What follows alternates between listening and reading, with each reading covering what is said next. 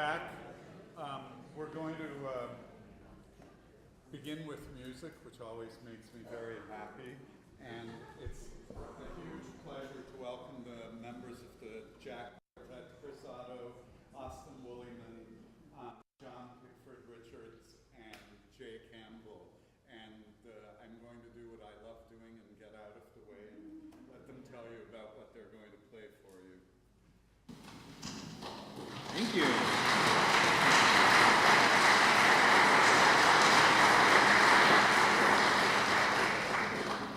So we're going to play a short piece for you by Mark Applebaum, who's a professor at Stanford University, and he does a lot of work with theatricality and performance and combining elements of popular culture with the classical music tradition. So in this piece called Darmstadt Kindergarten, he's playing around. Yeah, it's fun. He's funny too. He's hilarious. He's got like a big mop of curly hair and would probably be wearing like bright yellow glasses with a purple shirt today. He's got a look, which is great.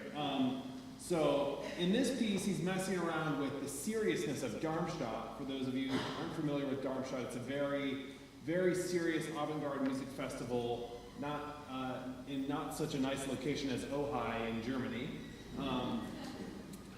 So the kind of serious avant-garde tradition of 20th century string quartets and combining that with kindergarten. So what's kindergarten? You'll see there's some immediately understandable and visible gestures that we'll start to do as the piece goes on, but I don't want to give away too much of the theater before we begin. So here's Darmstadt Kindergarten by Mark Applebaum.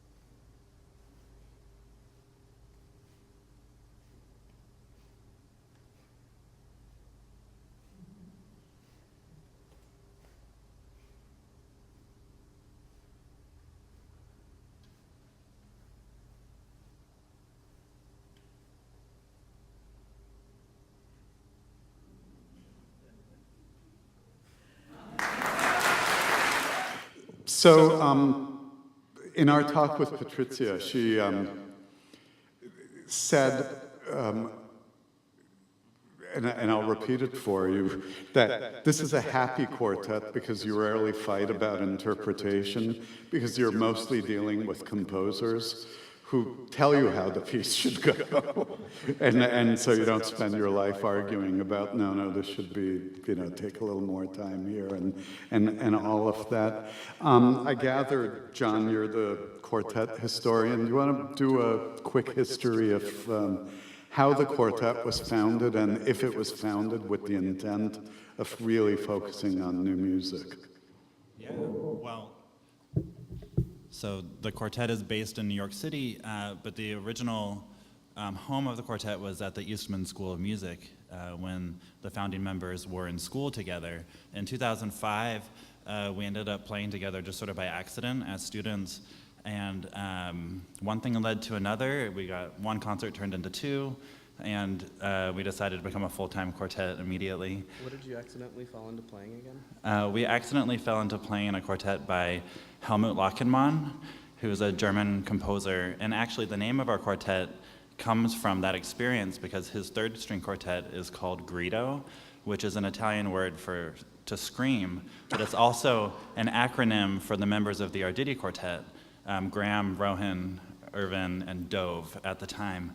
And so our founding cellist, Kevin, joked that if the piece had been written for us, it'd be called Jack. Because our founding members were John, Ari, Chris, and Kevin. And so we decided to form, and there was no real discussion about playing contemporary music. It's just something we knew. We were each drawn to it individually. There were composers in the group. Chris is a very active composer now, and we found that there was just a lot of enthusiasm and interest in what we were doing, but that's not why we were doing it. We were just enthusiastic ourselves. And then 10 years later, we had a personnel change, and it's been kind of an incredible experience to have 10 years of organizational history as a quartet, but to have a brand new band in place, and that's where we're at now. It's been 2 years with Austin and Jay, and it's been great. The range of repertoire you're playing here is pretty staggering. When you go from Henry Purcell and John Dowland to Georg Friedrich Haas, George Crumb, Morton Feldman, Horacio Radulescu. For those who haven't encountered the quartet, is that fairly characteristic of repertoire? Yeah, I mean, I think we try to not limit ourselves even within this contemporary music niche. It's still a niche within classical music, but there's still a huge variety of different aesthetics and sonic palettes. I think here, several of the pieces we noted are kind of more meditative and more expansive. Some of them explore tuning in interesting ways. But I think it represents a good portion of what we do. That also struck me, that you've championed the music of composers, some of whom are extraordinarily structured and complex in structure and compositional techniques, and others who tap on more intuitive processes or acoustic processes or sonority processes. And in a way, and I'd love for you to comment on this, you're representative of a new generation of musicians who don't feel the need to pick sides in stylistic battle. And I don't know if that's a conscious thing or these are the languages you speak. To me, it's definitely something I was aware of coming up in school, is that you were supposed to pick sides and have an opinion about that. And I did at the time, and I feel kind of stupid about a bunch of things that I said at the time, looking back on just how, kind of brash and opinionated I was about a bunch of things where if you open yourself to the experience of playing pieces, you'll find that there are artists who are exploring music in really amazing ways in every style that's being worked with today. And it's a question of whether you're able to bring something to it as a performer that gives it meaning for you. So I think that speaks to why we're open to exploring so many different things. Now, sometimes we'll try something and it doesn't really click with us. That doesn't mean it's bad, but for us, it doesn't stick in the repertoire or stick around for us. We won't fight for it to be programmed again. But then there's other things where I find myself being really surprised by how much I like it. I came into this group even seeing a couple things on the calendar where I was like, oh, am I gonna like doing that? And then after doing it a couple times, I was like, wait, there's something amazing in this that I was totally missing before. I think that our ears get used to a certain way of listening, and it takes some persistent exploration and open-minded experiences to have a chance to crack that open and start to see what's great about something else. That takes an effort. You mentioned beginning with Lachlan and Guido, and actually we began this afternoon, you don't know, because I'm sure you were working away with Patricia, putting together a kind of her playlist of what engages her, and one of them was the Jack Quartet playing Lachenmann's Guido. So I'm not sure we even knew that was kind of the starting point at the time we did that. When and how naturally did working with composers begin in the history of the quartet? Because several of the pieces we're hearing during the festival are written for them. You can't get much more direct. Was that right from the start? Probably. I mean, I think that working with composers is something we each learned how to do before being in the quartet. Like, I know I started working with composers when I was even in high school. I feel like when composers find out that a performer is interested in playing their music, they just latch onto them. And that happened to all of us. I think we probably premiered like 200 pieces while we were in undergraduate, just by student composers and various other pieces. There's a sort of a spirit and an energy in just throwing yourself into those situations. And so as a quartet, you know, we have that history individually, and when a composer walks into a room, I think that we immediately feel like a kinship with them, and in a way, it's sort of a relief that, you know, suddenly we have access to to them as humans and also their vision. It's really kind of unsettling for me to play a piece without knowing the composer, or at least without having met them in real life. Actually, could you talk about the quality that, and she was saying it, I think slightly tongue-in-cheek about, you know, this is a quartet that doesn't argue because you can always ask the composer, but talk about in a way, the ability to go to the source about interpretation. That because I've been in a lot of groups where this is the case, where you fight about a lot of little details in the scores of composers who are dead, and I've often had a suspicion that when it gets to the point where you're actually fighting about your own egos and your own personal aesthetics, and often like the notation is just the launching board for you to like apply your own ego or aesthetics onto it. So for us, when we can go to a composer, I think that's very much secondary. We're not trying to, you know, assert our own personalities over the composer, and also learning through working with living composers just how imperfect notation usually is, and kind of working with them and having them just speak to us and tell us how you know, they like things to go is really illuminating. And it's kind of interesting to go back to old music after having gone through that process also. But yeah, I think just having I think the four of us have a common like deference towards the composer, that like all four of us are together to realize the work of the composer, not necessarily for our own, you know, group's interpretation, that like, you know, we're very much working for the composer. Yeah, I agree with that. I would just add to it that to me, it's part of the same reason we play so many different styles. It's about the creation of style. That's what excites me as a player.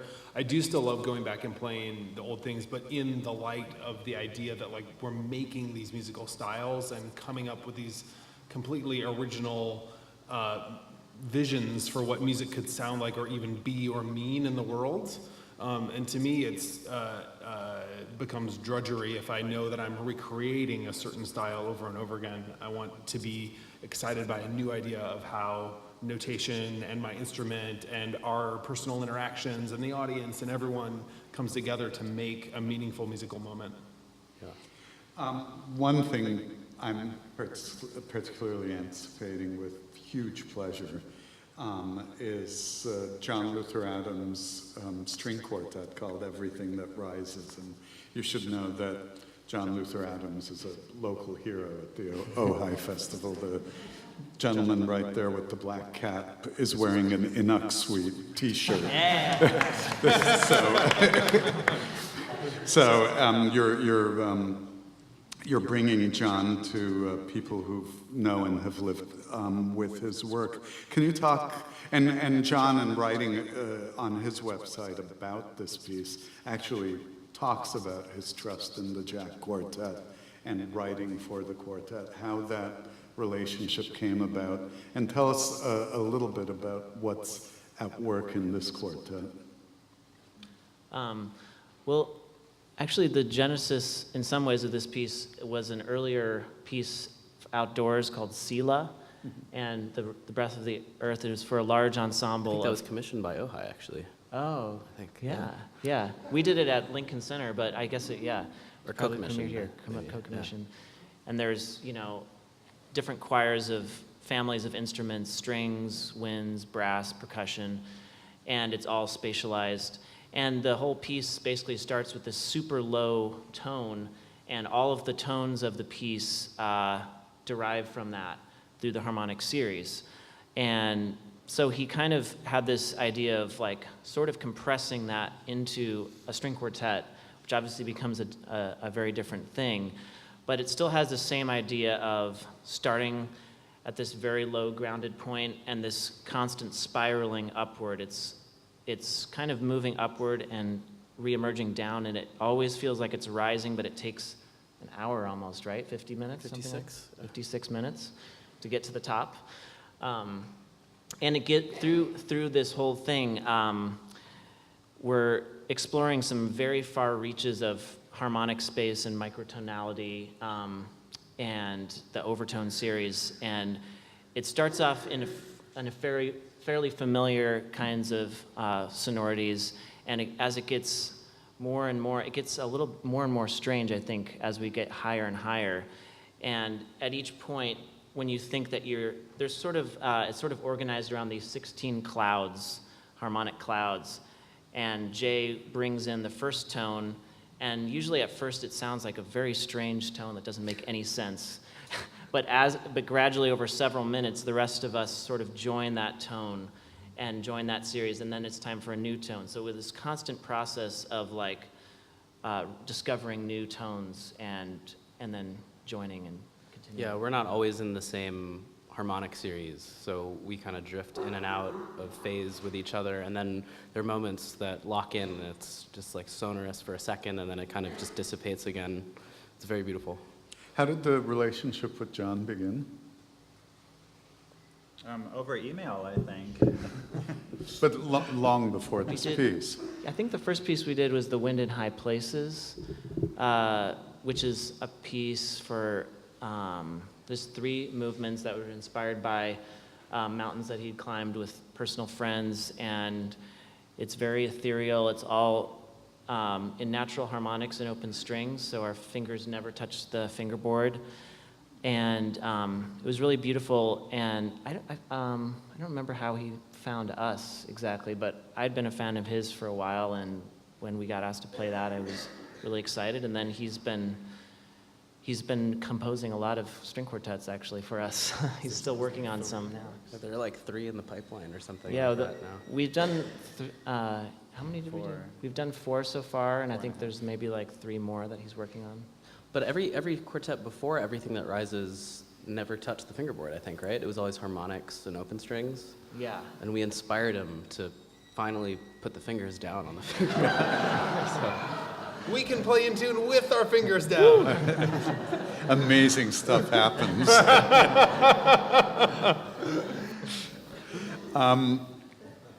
And like so much else of John's music, and you can hear this work or an excerpt of it online, it's not very far-fetched to think of natural processes and things as they unfold over time in a very, forgive this overused word, organic way.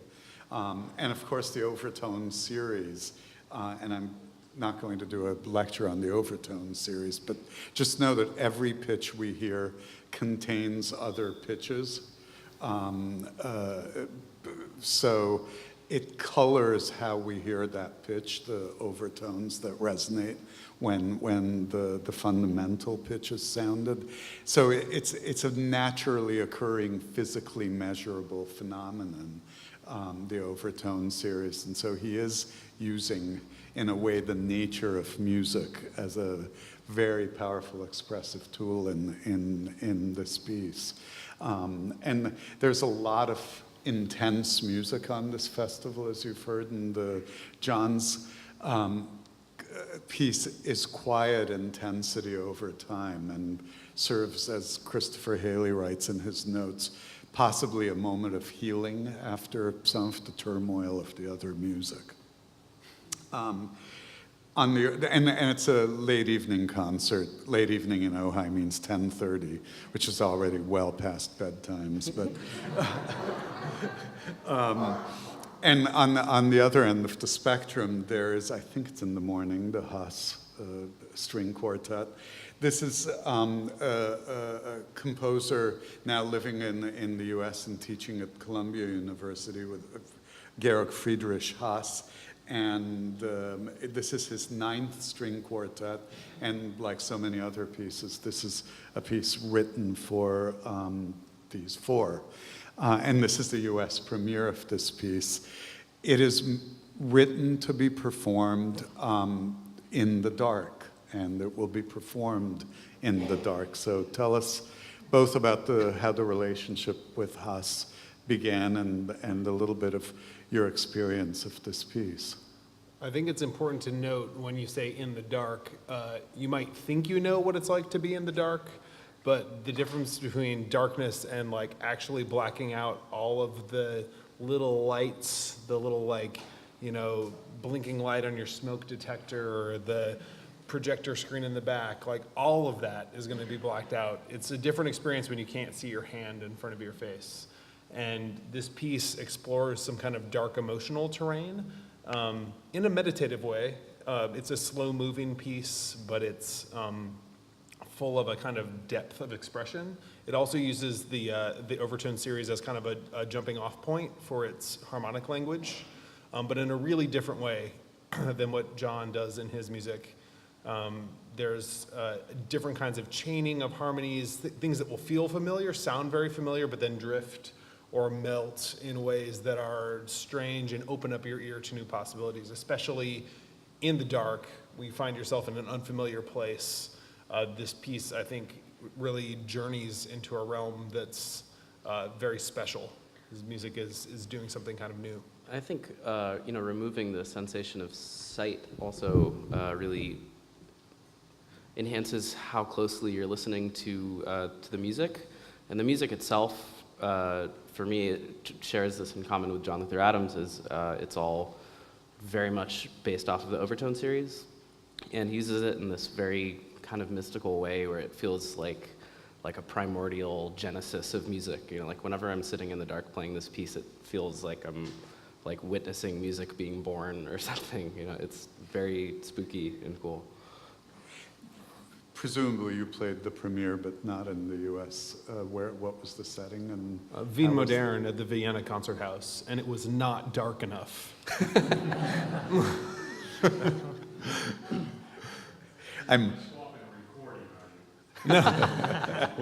Take a break, have our morning coffee instead. Good. Just scan the room for speakers before the performance begins. Good idea. Have you seen the room? Is it going to be dark enough? I think so, yeah. Pretty sure, yeah. Yeah. It was midday when we were testing, and not every door was taped over, but it looked like it was set up to be very dark. Yeah. And if you're getting the thread here that there are these kind of big experience pieces, you're right. Another composer who in a very different voice, writes big experience pieces, is Morton Feldman. And you've played a fair amount of Feldman, and you're playing his quintet, which is called Piano and String Quartet, not called quintet. Could you talk a little about the Feldman and maybe past experience with sort of coming to terms with the Feldman vocabulary? Yeah, I mean, I love this piece, and I love especially late Feldman. It's about 80 minutes, I think, and all extremely quiet, all generally pretty slow, although there is some rhythmic backbone to it, subtly. But I think what he does with duration and timing and pacing does something really unlike any other composer that I have experienced. First of all, the harmonies are very beautiful, and you just feel like you're taking this bath in these harmonies, and it washes over you. And as you immerse yourself in it longer and longer, your mind starts to do strange things, for me at least. Like I start hearing, I don't even know what is a note anymore. What is an eighth note? I can't, and I get very disoriented. So it's a tricky thing as a performer to like maintain concentration through this whole piece. But as a listener, I think like when I listen to these pieces, I often like kind of drift through space and time, and I come back to the sound, and I realize, oh, it's still doing that. I can't resist. I have to tell you my Morton Feldman story, which will date me, but I'm happily willing to do that. I met Morton Feldman, and I think it was the 1976 Cal Arts Festival. There was a glorious stretch of time at the California Institute of the Arts with Morton Subotnick running this festival, and over about 10 years, I met John Adams for the first time there when Grand Pinola music was new. The second performance of Tehillim took place there, and I met Steve Reich, I met Cage, I met Lou Harrison. It was really the most, and I didn't go to Cal Arts. I was involved in producing the radio broadcasts. And so in one of the first festivals, Morton Feldman was in residence, and he was a larger-than-life character. He had very vivid, he's a big man and very kind of dark hair and big features.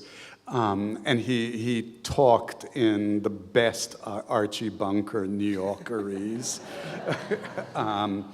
And yet he wrote this, he was incredibly sophisticated and subtle man, and wrote these very quiet, reflective, expansive pieces, and he was an expert on Oriental rugs. And so I met him, and I was in utter awe, and he was really compelling company. So we sat somewhere at Cal Arts and started to talk. And he was in a very expansive mode. And I was just dizzy with the experience of having Morton Feldman to myself and just talking about music and his ideas. After about the third or fourth hour, I began to have some degree of concern. And we talked for 7 hours. It was a 7-hour conversation. I think it's the longest conversation I've ever had in my life was with Morton Feldman. And I don't say that to as a joke so much as that was his natural time scale. And so I think the unfolding of these pieces are true to his internal clock. I'm glad you brought up the rugs too, because with late Feldman, like the whole process of how the harmonies are shifting, I think he took a lot of inspiration from like Anatolian rugs and things like that, where there's these micro chromatic gradations of hues, and that's how they transform over certain scales. And so it's no surprise that he was really deep into Rothko, probably for a similar reason. But I have that experience playing his music too, where like you get so saturated in certain pitch collections or certain harmonies or certain just gestures, like maybe the note will go down and then back up, and the next time it'll go up and back down, but it'll be the same pitches, but it's always these very subtle shifts. And there's no way of really getting into that mode of listening without it being in a very large time scale. So I think it does really interesting things to your perception of time and how time passes, and how you are listening to music, and it just takes time. And one piece of advice from a really good source, Esa-Pekka Salonen, and it doesn't have to do with Morton Feldman, but you'll get the connection. Esa-Pekka, like so many other musicians, including the members of the quartet, travels nonstop, and sometimes with very, very long flights if you're going from London to Tokyo or something like that. And I once sort of jokingly said, how do you cope with that? And he told me his technique, and it's going to be relevant in a second. He said when he gets in the plane, he takes off his watch and puts his phone away, so he does not look at anything that gives you the time. And so he said, if you force yourself not to look at a clock or look at a watch or look at your phone, then you're pleasantly surprised when the pilot says we're coming in for a landing. If it's 12 or 13 hours later. And think about it, because it's actually really valuable advice. We often come to listening to music with such preset expectations, including time expectations, and I suggest that for this weekend, not just for the Feldman, I think it applies to the Adams and to Haas and so many of the others, put that, whether it's actual or internal clock, away, and allow yourself to enter into its time world, and I promise you that the experience becomes very different when that expectation of the clock is suspended. So do the equivalent of taking your watch off when you go on a plane, when you go to concerts. And just allow the piece to speak. Don't lay your own expectations on it. Just for the longest time, hear what the piece is saying. And very much like drunk flying, drunk Feldman is not fun. It's very bad. Especially at 8 a.m. Oh, at 8 a.m., yeah. That's bad. We've been talking about pieces that require such meticulous, subtle detail and attention to detail, and that are very precisely constructed. Like in the John Luther Adams, what's happening with what may be dissonance or what may be consonance becomes a huge event. Talk a little about doing the music of Paulino Oliveros. The piece is called Horse Sings from Cloud, and I looked up the score, and the score is a set of instructions for the players. So suddenly you're going away from this world of very prescribed, meticulous gesture to Something very open, yeah. Yeah. Just to create a bridge between these two places before we talk about Pauline's piece. I think there's something that these works that we're talking about, especially this mode you're talking about in Feldman and John Luther Adams and in the Haas, and Pauline's music, which is this attention to detail can be in the score, but it's really in the listening experience and the way that these time scales and the mode of listening gets us away from the kind of goal-oriented, driven, teleological mode that we're often in if we're talking about music or Germanic classical music especially, and into a lot more mindful, meditative, open kind of stance. And I think that's really moving to Pauline is what she's all about, is about opening up a kind of mindfulness of listening in her music. I don't know if one of you guys wants, if you want to describe. Yeah, and just generally being aware of the space around you. So the set of instructions in Horse Sings from Cloud is it's scored for any sustaining instruments, and the instruction is sustain a tone until the desire to change that tone subsides, and then change the tone. So and it could last as long as anyone wants. So there's a recording of her that's, I think, over 100 minutes, just her singing and playing accordion. It's just her. So the version we're doing is adapted for iPhones by a friend of ours who does a lot of the electronics in the International Contemporary Ensemble. His name is Levi Lorenzo. I think he might have been here when they were out here. So he did it. We have the unusual opportunity to have installed this app on half of the Mahler Chamber Orchestra's phones, and they'll be playing with us. And yeah, it's an exploration of the space.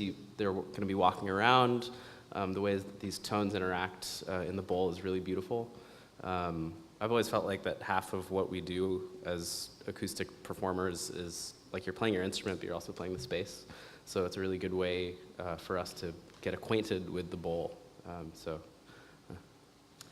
A composer who I confess was completely unknown to me is somebody else whose large-scale work you're doing, Horacio Radulescu, and a quartet called Before the Universe Was Born.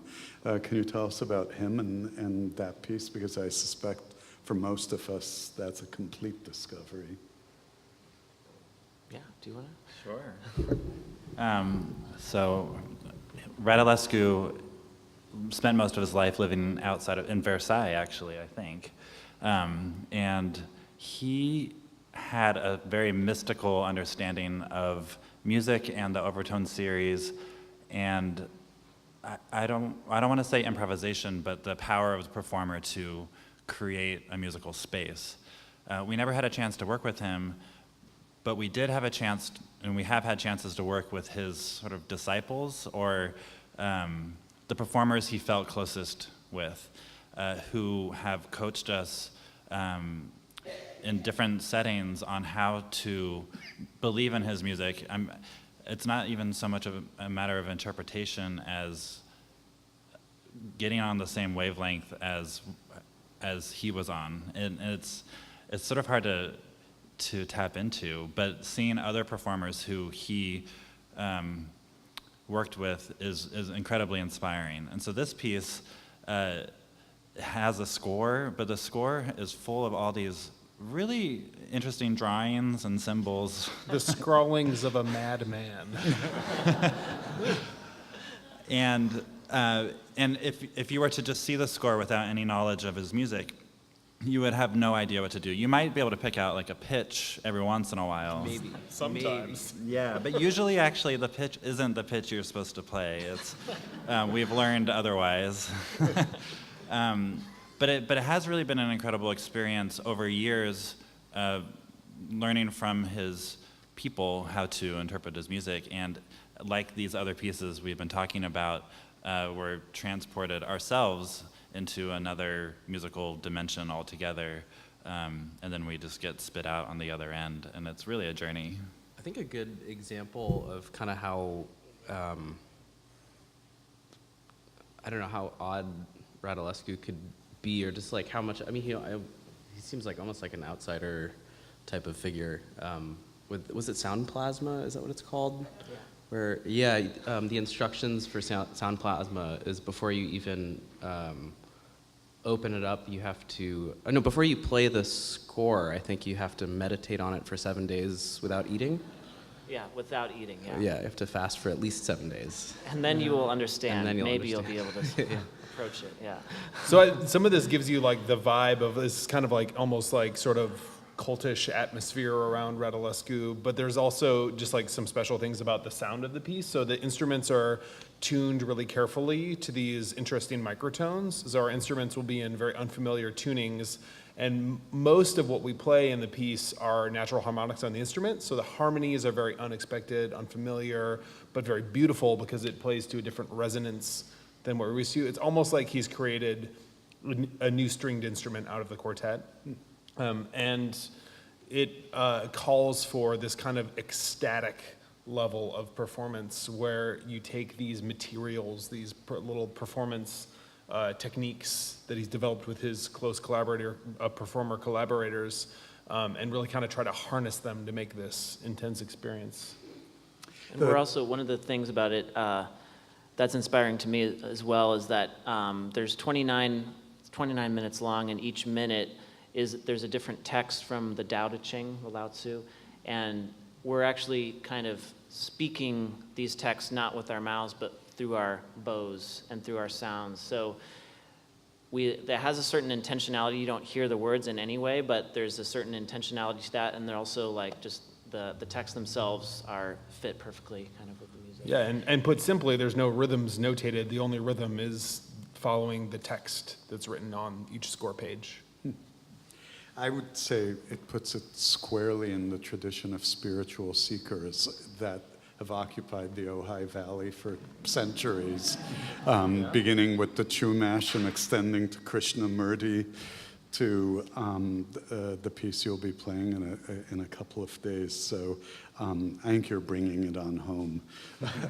And Jay mentioned very sympathetically, and I think it was in the context of the John Luther Adams piece too, of ICE, who have graced the Ojai Festival, and you should know, and this is just a little promotion for another festival, the Jack Quartet will be in residence at the Banff Center this summer, and the new artistic directors of the Banff Center are Claire Chase and Steve Schick, who are, yes, there was a woohoo, which I second, and so I say that not only for the lovely synchrony among Ojai artists across the years, but just this fantastically lively generation of musicians who keep opening new doors and new horizons, and how lucky we are to be in their company. I want to thank all of you and the members of the Jack Quartet.